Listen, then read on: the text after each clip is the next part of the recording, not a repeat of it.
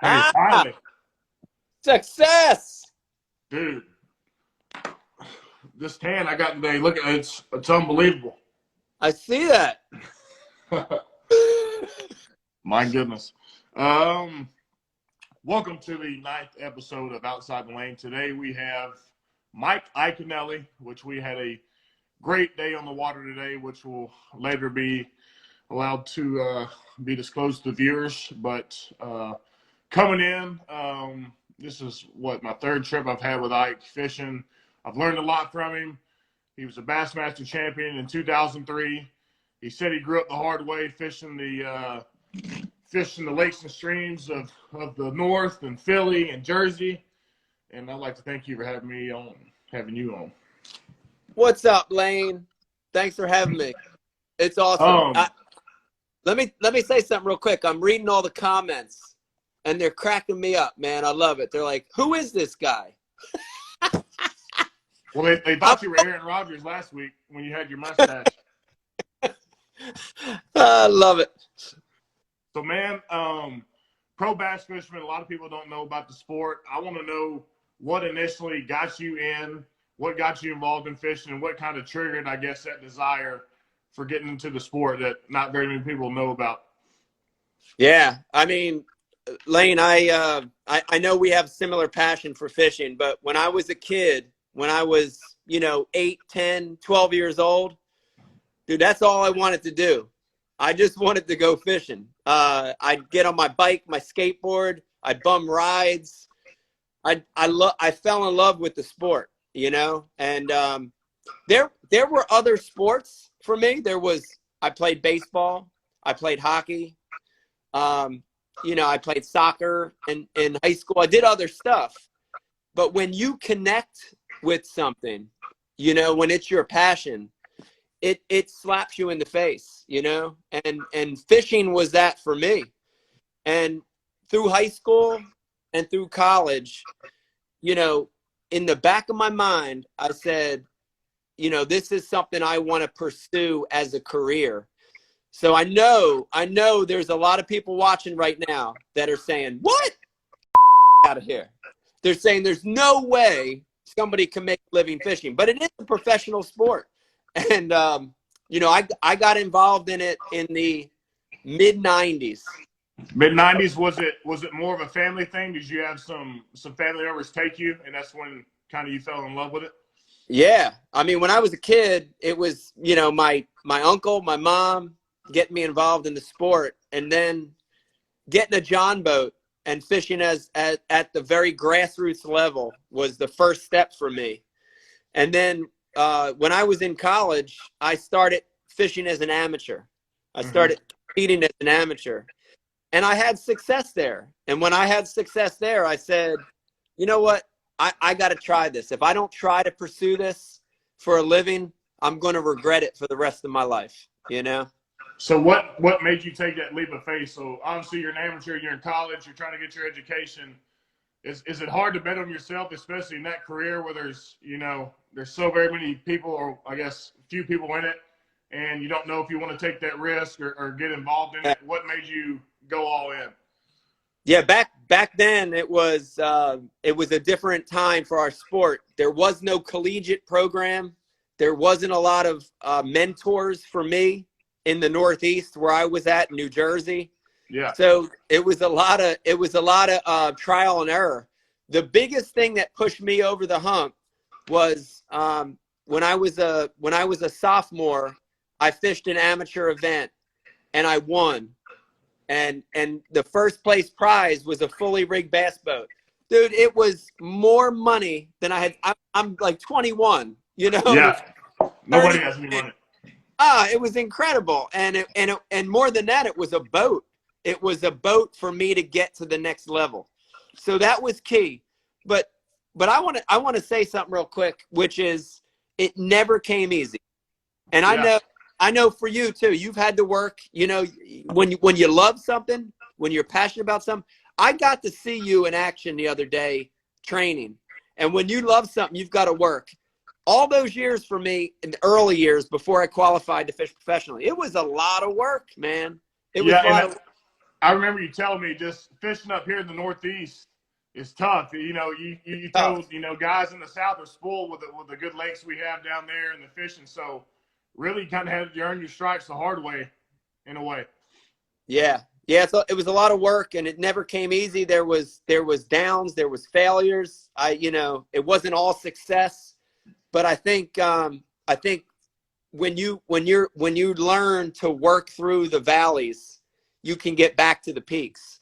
And, when I won that boat, it was the beginning of a lot of things that sort of fell into place for me, which was I had another win in 99. I qualified for my first classic. I won my my second full-time professional event at Lake Champlain. And it just started snowballing for me. And the timing couldn't have been better, because in the early 2000s, the very beginning of my career, Yeah. ESPN showed an interest in bass fishing, and they were covering it, and it was getting mainstream coverage. I was on Sports Center. I was on ESPN, the magazine. I was in Sports Illustrated. Like, all this stuff started happening. And my career from a endorsement standpoint started picking up. We talked about it today a little bit. Your first sponsor in fishing, sort of like NASCAR, endorsements and sponsorships are everything. And when I started getting my first sponsors, which were just free baits, it was exciting. But when ESPN started helping me elevate my brand, then I started getting paying sponsors. I was like, I was out of my mind, because I didn't even get it. I'm like, you're telling me I'm making money by just helping companies, sell their products? Doing what I love. It was crazy. It was crazy. And I know you get that. I know you get that. But it's surreal. I don't take it for granted, Lane. Like, the opportunities that I get, an opportunity to get to fish with you. Are you kidding me? Are you kidding me? Like, when we first fished together, I thought my wife was pulling my leg when she said Lane wants to fish with you. I was like, there's no way. Like, all this stuff, this is a dream come true for me, What so you went from that John boat, what about a 12-foot John boat? How big was that boat you got, I guess, from your first win? What kind of boat was it? Yeah, it was a Ranger 374V, which was an 18.5-foot boat with a Johnson 150 fast strike on the back. It went 65. It was faster than I had ever went in a boat. I didn't know how to drive the boat. I crashed it into a dock the first time I launched it. It was you were Ricky Bobby with your first real boat. Oh, I was Ricky Bobby. And, the good thing about learning that way, I didn't really have somebody show me all that, is you make the mistakes and you learn a lot quicker when you make your own mistakes, so it was a good phase. It was a good learning phase for me. Yeah. So whenever you ended up going in professionally, who were some of the guys that really were your idols? I guess you grew up kind of watching on TV. For me, I mean, we always watched a lot of Bill Dance, Yes. Hank Parker, Shaw Grigsby, some of those guys. Who were some of the guys that you idolized, that you really liked coming in? Yeah, all those guys you named, especially because they were TV personalities. There's a lot of people watching right now that probably don't remember, but there's TNN, Bassmasters, all these old shows, Orlando Wilson, Roland Martin. I see somebody jump in and say Roland. Absolutely. Roland. Roland, the helicopter. For me, though, in tournament fishing, for sure, Denny Brower, Gary Klein, Rick Clunn, Lane, was one that I looked at. And the reason Rick Clunn is probably at the top of my list is he analyzed the sport. When you look at fishing from afar, you think, oh, it's just luck. It's easy. It's easy. It's luck. You crack a beer, you throw a bobber out, you drink your beer. But fishing is really it's a study of the behavior of the sport. Look what happened. And that's what people don't realize. People don't like, look what happened today. I don't want to give too much away, but we struggled until we started saying, all right, why did we get that bite? Why aren't we getting bites now? And it's like a puzzle. And, for me, Rick Clunn was the first guy that I saw, and I said, dude, he's analyzing. He's taking the mental side of the sport to the next level, you know? Yeah, I remember I was probably 6 or 7 years old. I went to my boat dock. I lived in Texas. I grew up on Lake Livingston. So anybody that came to my dock, it didn't matter who you were, you had to give me an autograph. So I went down there and ended up getting some stuff signed. He gave me a few spinner baits. I didn't know who it was at the time. And one of my mom's friends came over and was like, dude, you realize that's one of the top 10 bass fishermen in the world you just got an autograph from. And so, you know, just a nice guy. I came out of his way. I think he was in the tournament fisherman and signed that for me. So I can see where he, you know, just a great dude. So when you talk about fishing, guys don't understand patterns. The weather, I guess, and water temperature play a huge role in what the fishing experience is going to be like on that day. Huge role. And you know, a lot of people watching right now. I know we got a lot of football fans watching. You really have to analyze the condition, water temperature, wind speed, barometric pressure, seasonality, water clarity, water depth. There's all these pieces of the puzzle. And when you get good at understanding that, you get to be a better fisherman. I see somebody said moon phase chimed in. Moon phase. It's really a study of the behavior of a fish. And here's the interesting thing. Now I want to say this.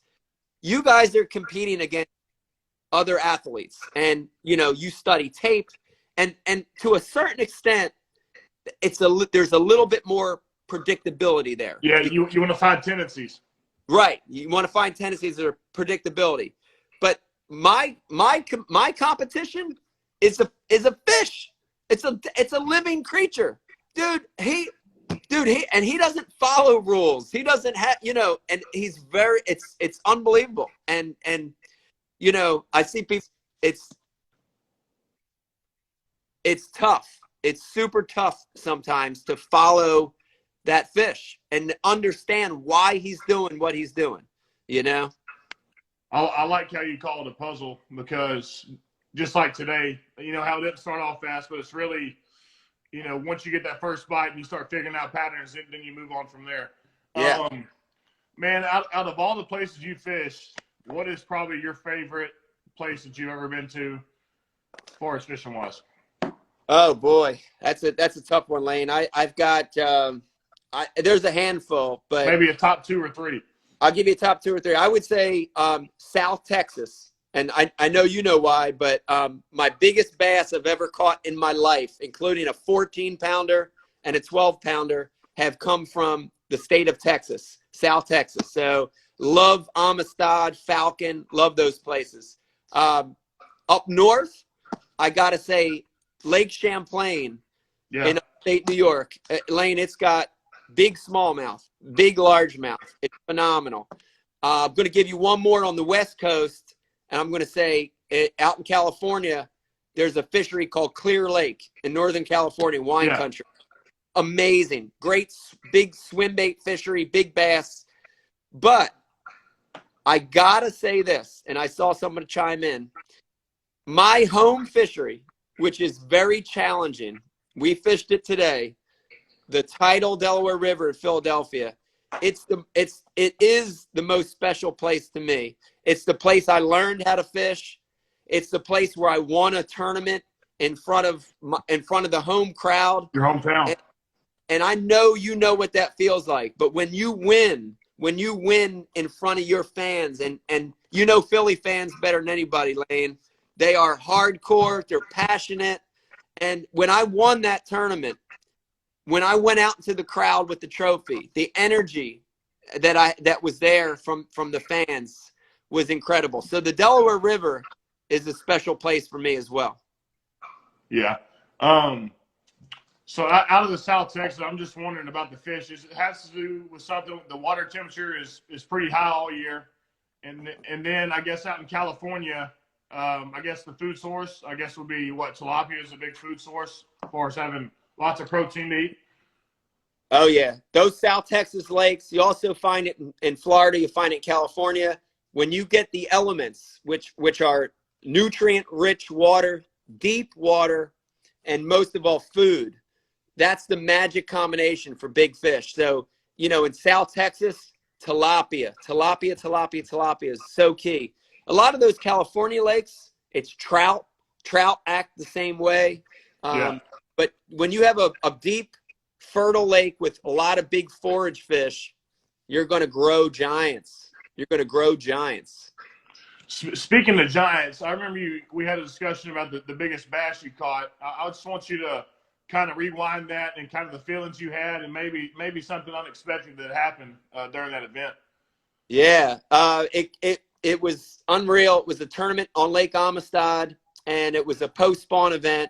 And I was fishing really deep water. I was fishing about 40 to 60 feet of water for fish that were suspended in trees. And I bombed a 1 ounce jig out there, and it got about 30 or 40 foot down. The line jumped, and I set the hook. And we have marshals or officials on our boat. Yeah. And when I set the hook on that fish, I knew it was a big one. I looked out there, and I saw it jump. It tried to jump. And I go, oh, my God, that's an 8-pounder. And my official, my judge is freaking out. He's excited, and I'm oh, God. And I can imagine what you were doing, freaking out, too. I was freaking out. But then he jumped about halfway back to the boat. He tried to jump again. And I looked at it, and I go, oh, my God, that's a 10-pounder. And at this point, I'm holding my breath. And I'm not breathing. I can't think about anything. You got bass fever. I got bass fever. And I get this fish to the boat, and I can see it in that clear water coming up, and his mouth's about that big. And when I finally grabbed it and put it in the boat, my official's yelling, I'm yelling, and I'm screaming so hard, but I didn't breathe. I didn't breathe the whole time. So yeah! You forget to breathe. And then all of a sudden, it hit me. I started feeling dizzy and lightheaded, and I leaned over the side of the boat and went, bah!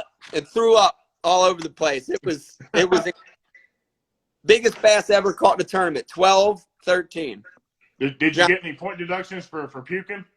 I didn't get any point deductions. I probably should have. No point deductions? No penalties? No, it was pretty gross. I don't know how it happened, but when I threw up, I had a Jimmy Dean breakfast sandwich that morning. And when I threw up, the whole breakfast sandwich was floating there. Like the patty, the bread, it's like I didn't even chew it. I don't get it. You know? It makes no sense. It makes no sense. I don't understand it. That is great. Man, you're in your house. I want you to go back to 2003. We talked about the Super Bowl that I won. The Super Bowl charging cord here real quick. Yeah, it's the Bassmaster Classic. I want you to show that and kind of describe how that was. You know, it's a 3-day event, and just kind of rewind that for the fans.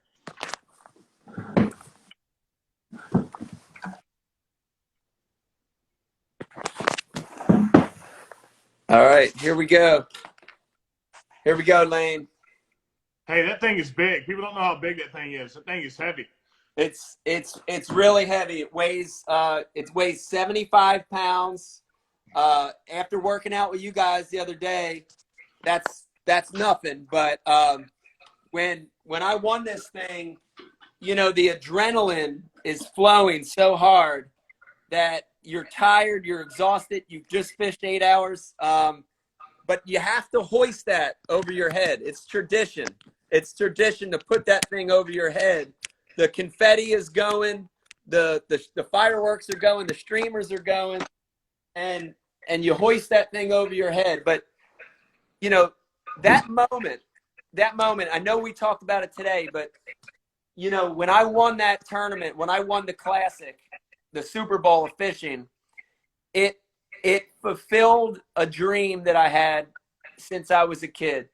You know, there's no feeling like that when you're in front of your friends, your fans, your peers. And my family was there when it all went down, as I'm sure yours were.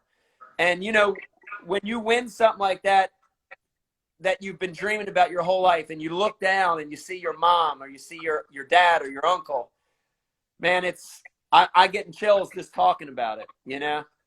Yeah. It's what was the official weight? I guess your winning weight for all that. Yeah, back then, the Bassmaster Classic was in the summer. That year was in New Orleans, Louisiana, and it was hot. It was super hot and muggy hot. The fishing was tough, and I weighed a little over 37 pounds in 3 days. So very, very difficult tournament. And the guy that came in second, Gary Klein, was one of my heroes. So I won a classic, got to finish above a hero of mine. It was unbelievable. And you said going into the last day, so before you got on the water, what you had a 1 pound lead? Is that what you had, or a few? I had less than a pound lead going into the last day. And you know what's interesting is, you know, my fishing was getting tougher every day, but Gary Klein's fishing was getting better every day. And that last day, I had 4 decent fish, and I had 1 rat. And in fishing, you know, we call them little tiny ones rats. Rats. Yeah, I had a rat in there. And I knew, Lane, that rat was my demise. I didn't know because nobody told me. I didn't know what he was catching. I didn't know what the other guys were catching. But I knew if I had to weigh that little fish in, I wasn't going to win the Classic. I had a camera with me that day, an ESPN camera guy, and he knew that we had to run back in about 5 minutes. And he asked me, you know, he prompted me. He said, Mike, you fished hard today. Tell me about your day. I know we got to leave in a couple minutes. Tell me about your day. And so I'm casting, and I'm looking at the camera, back at the camera, and I'm saying, this is for your 5th fish, right? This is for my 5th fish to get rid of that little 5th fish. So I have 5, but I got to get rid of that one. And I'm telling him, I'm saying to the camera, I'm saying, man, I fished hard. I did everything I can do. You know, I'm going to keep casting to the last minute. We only got a couple minutes left. And as I'm saying that, I have one boil up on a worm. I was fishing a speed worm, a worm that you're drilling. It boiled and missed it. Lane, it was like time stopped. Time stopped for me. And I reeled that bait in, and I had a soft stick bait rigged on a spinning rod. And I threw it right back to where that boil was. One ate it. I set the hook, and I knew in my heart that if I could land this fish, that was it. That I would win the Classic. And I put that fish in the boat. It was a 3-pounder to get rid of a rat, and it was the winning fish. And it was, you know, however you want to say it, man. It was destiny. It was meant to be. You know, whatever you want to say. You know. Yeah. That's crazy. I guess that's where that term "never give up" comes from. I guess from that experience, huh? It was unbelievable. It was all caught live, and you know, I sort of had this freak out moment where I was like literally yeah, I was freaking out. I was grabbing my chest, you know. I was like borderline heart attack, and I said never give up, never give up. And it's been my motto. It's been my motto in fishing, but it's been my motto in life, you know. And you got to have that, man. You got to keep pushing. If you fish or play football, whatever you're doing, if you're sick, if you've got issues, you know, you just got to keep pushing, man. That's all you can do. That's all you can do. Yeah. So I feel like you really helped put bass fishing on the map just with your personality. Obviously your energy, you draw people in. I want to talk a little bit about the Ike Foundation, and what kind of got you inspired to do that and when that all started. Yeah, thank you. The Ike Foundation, I know there's a lot of people watching right now, so what's the Ike Foundation? But we started, Becky and I, my wife and I, 5 years ago, started a foundation to get more kids fishing, to get more kids involved in fishing. And here's the thing, Lane, you growing up in Oklahoma, lots of kids fish. You know, I know, I've traveled there. I mean, it's, you fish, you're born and you have a rod in your hand by the time you're 2 or 3, or you hunt. And that's a part of the culture. In certain parts of the country, right? In the South, that's what you do. But there are also a lot of kids that don't get to have that experience, you know? And like, look where we fished today, Lane, you know, downtown Philly, New York City, Chicago, Miami, you know, urban places, places that fishing isn't the norm. Mm-hmm. So there's a lot of kids that don't get to experience it, you know? And we really, our foundation set up to get these kids to try the sport, to give it a try. Casting, even casting. You'd be Yeah. surprised how many kids have never cast a rod and reel. So casting, fishing, you know, we really focus on those untraditional areas. We focus on those urban areas. And it's a great thing because so many kids today are losing their connection to the outdoors. Yeah, The everything's outdoors. a PC world now. They're losing their Yeah. connection. They're losing their connection to nature. And even if they live in an urban area, there's nature there. Look at what we did today. You know, we're in the Schuylkill River, Fairmont Park, fish, birds, wildlife. It's a great stress reliever for Great me stress when you're not reliever. fishing competitively. It is. Yeah. Yeah. And you know, we're not trying to build professional anglers. It'd be great if some of these kids turn out to be pros, but we're trying to introduce them to the sport. Hopefully, you know, get them to like it. And, you know, if they like it, maybe they'll pass it on to their kids, you know, and Exactly. Yeah. and that's how you grow a sport, you know. And I know you guys are doing it as well. I know your impact on kids wanting to play football, wanting to play sports. You know, they look up to you guys. They look up to you, and that's a great thing. It's a great thing to get kids in positive activities. You know, as well as their families too. And I feel like all it takes is, man, that first fish. Even my trainer Gabe never caught a fish till we went the other day. That was his first fish, and that was a pretty cool experience. Just, you know, somebody that's 30-something years old never having that opportunity or getting to do that, and then finally doing that was pretty cool. Very cool. Man, I was reading a little bit, and I understand you have some hobbies, and some of those were kind of peculiar to me. I saw where one was breakdancing, which was kind of pretty cool. And then the other one was ghost hunting, which I'd like to talk about. I think that'd be something maybe we could do together. I've heard that Pennsylvania and New Jersey are kind of the more haunted states. And maybe, you know, I don't know where these places are at, but I would love to maybe spend a night in the hotel or whatever and get that going. Oh, we got to do it. Listen to me. We're in the prime ghost country up here in the Northeast, from Virginia to Massachusetts. This is the oldest part of the United States. So, yeah, ghost hunting. Lane, I got some crazy ones. We'd have a good time. Crazy stories? So you've actually went ghost hunting? I went ghost hunting.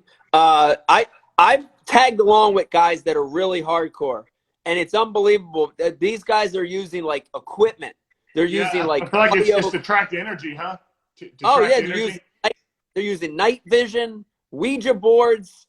This stuff is strange, bro. This stuff's crazy. It's crazy. I feel like some of that is uncharted territory. You may not want to cross the line, but at the same time, there's not a thrill like it. I think a pretty haunted place was people were talking about Eastern State Penitentiary. Going in there, that place is pretty damn creepy. In fact, I don't know if you got a chance to tour it, but it's pretty damn weird in there.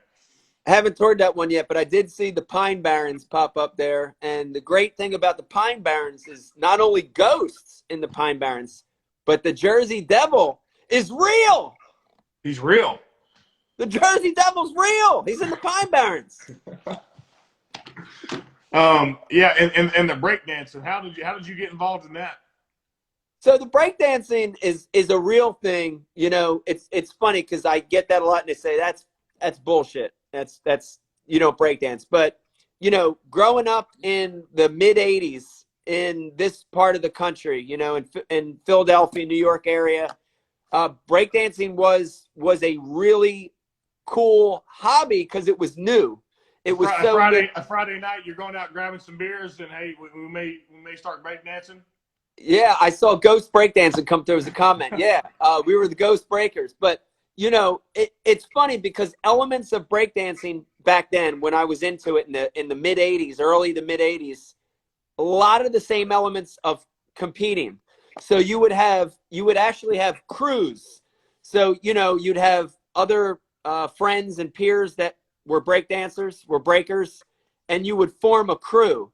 And then that crew would battle other crews for sort of bragging rights, you know?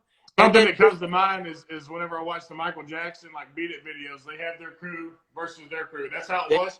they have crews. Like if you're a TV buff, a movie buff, go back and watch Breakin'. Go back and watch Beat Street. Go back and watch a movie called Crush Groove. Go back and watch a movie called The Pilot.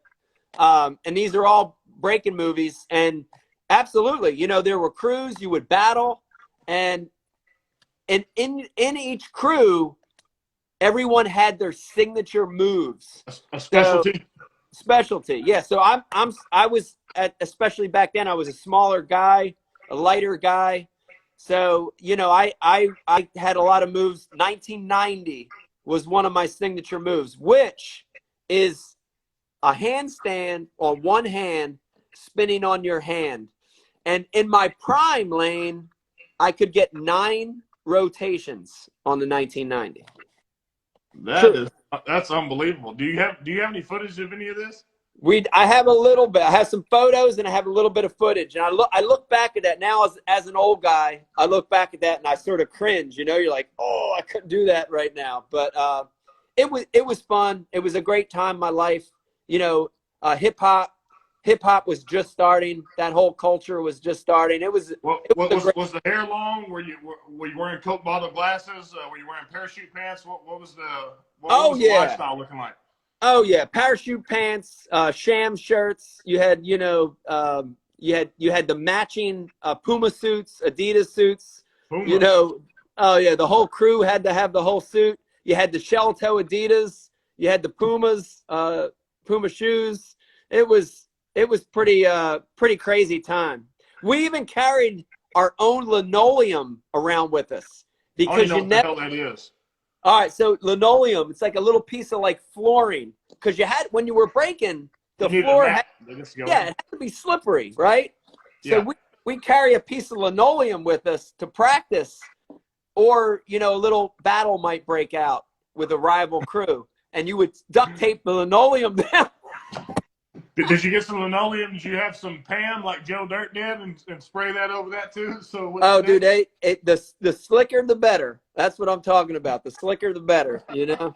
So after a competition, if you won, what did that mean? Was it on to the next crew? Was there a trophy? Was there a celebration? Money involved?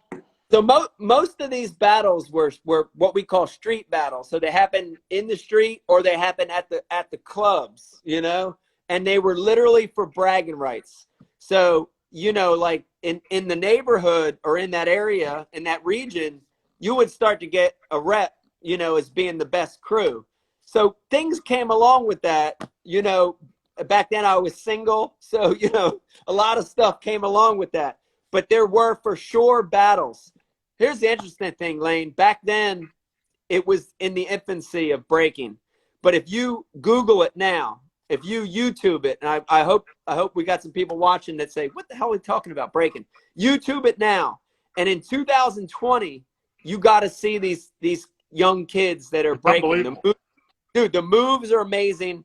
And the money that these kids are winning now. I mean, they have battles where you can win $500,000. You know, Red Bull is endorsing it. Nike endorsing these competitions. It's unbelievable. Maybe I missed the boat. Maybe I should have gotten to breaking. Maybe you should have started breakdancing.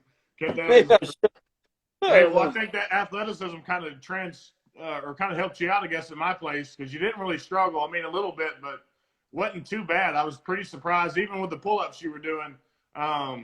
Pretty surprised. Well, if you're spinning on one hand, you know, during the 80s and 90s, I mean, a pull-up ain't very damn hard. Yeah, it was a great experience, and again, I don't know how many people know this. I did make a post, but I got to spend an amazing day with you guys at the Bro Barn, getting to watch a little glimpse of what you guys do and participate a little bit, and it was unbelievable. It was a great experience for me. I'm sore. I'm still sore. Everything hurts. My ass hurts. My legs hurt. My lats hurt. I feel like jelly right now, but it was a great experience. And I got to do a and you came in the dog days. July is when we're really cranking up. You know, training camps is right around the corner, so you got a little taste of prime time action. Got a little bit of sweat on. Yeah, man. Let's go to some of the viewers. See some of the questions. I know they got some good ones. Gabe Rangel asked, "Why are you so red?" Because I did not put any sunscreen on today, and and I'll have to be taking cold showers. Mike, how much do you bench press?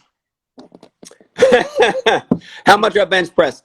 Honestly, I bench press about 150 to 180 pounds is normal. My body weight I can bench press, but for me and fishing, and one of the things I learned from you guys watching Gabe, very strategic on how you guys work out. And I don't do that enough, and I need to do more of that.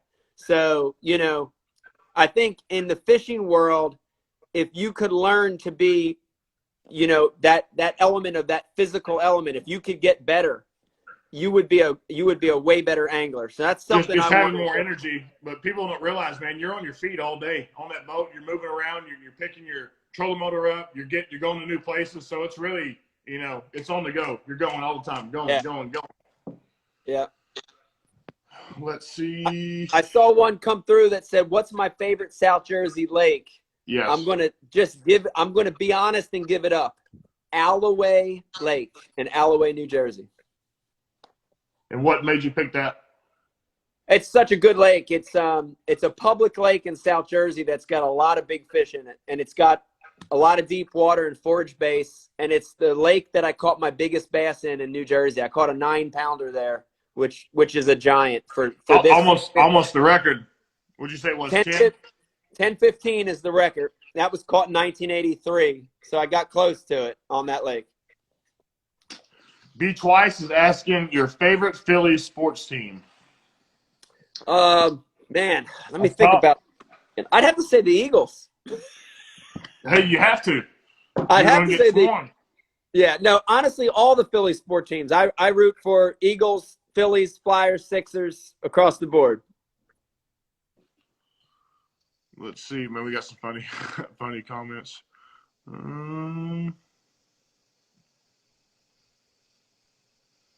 So who would win in a fish off? Well, that's a damn easy one. It says, Mike, do you ever use mono anymore? And if so, for what? Yes, that's a good question. Yeah, real good question. So line type, there's 3 line types. There's braid, fluorocarbon, and mono. Braid and fluorocarbon get all the attention nowadays, but mono is still great. And the thing to remember about monofilament is it floats. It's a floating line. So when you want to keep your bait high, I use mono. So top waters, wake baits, shallow crankbaits, rattle traps. Like we threw that today a little bit, Lane. When I want to keep that rattle trap real high out of the grass, if I'm down on like Rayburn or Fork or, I fish mono to keep it high, keeps it higher. Yeah.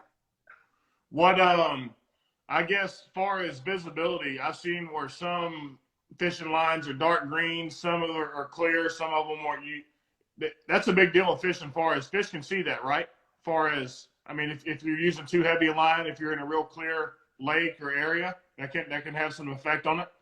Yeah, fish are definitely line sensitive. The clearer the water, the more pressured the fish, the more line sensitive they are. So, if you're in dirty water, if you're in a place that doesn't get a lot of fishing pressure, you're okay with heavy line. But, man, crystal clear water, when you look ahead of you and there's 10, 20 boats fishing the same stuff, lighter line, smaller line, clearer line is a lot better.